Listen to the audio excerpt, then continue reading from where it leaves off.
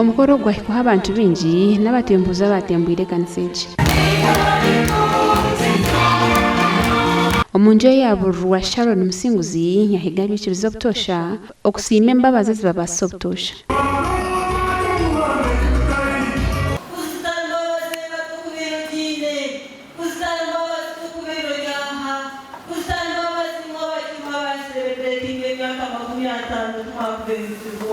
Siimara hange myaka 50 turuko kanisa egi turra okwebaza Ruhanga kandi nanyo kumuhereza kurengo iki cyabaho mbona kumbo yaha. Dr. Nathan Kalema wari mjenyi mukuru yashabe bemezi b'amakanisa okukora project ezikuretere kanisa Ntasya kutarukhanga abakristayo mukono.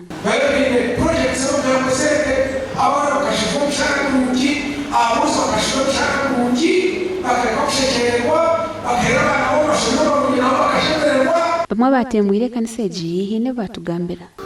Ifa karumo nanka akabaru edamu bakweta cyabananuka ikeyomere yona bayihamize mutabuni twashaba aguruzamu agwenjura iryo dakika insiyona yeyizura wifiri yagaruka busi banga kurwenda insanzura mukaga kariseji ekakuzibwa bwabumuruka